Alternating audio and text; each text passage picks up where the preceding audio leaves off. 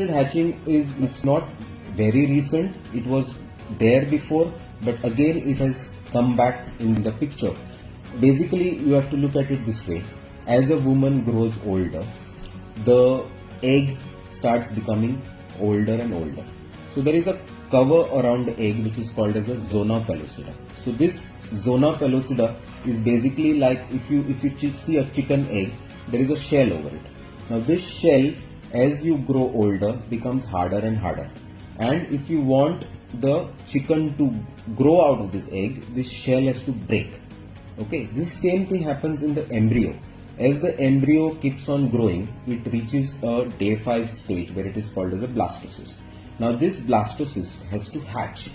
Now to hatch, the zona has to be thin. In an older woman, this zona is hard. So this blastocyst will not be able to hatch. And if it doesn't hatch, it will not be able to get implanted in the endometrium, from which it has to derive its nutrients.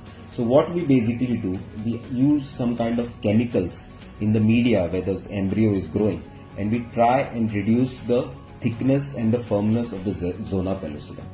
Also, we have what is called as a laser hatching, in which we mechanically send the laser through the microscope and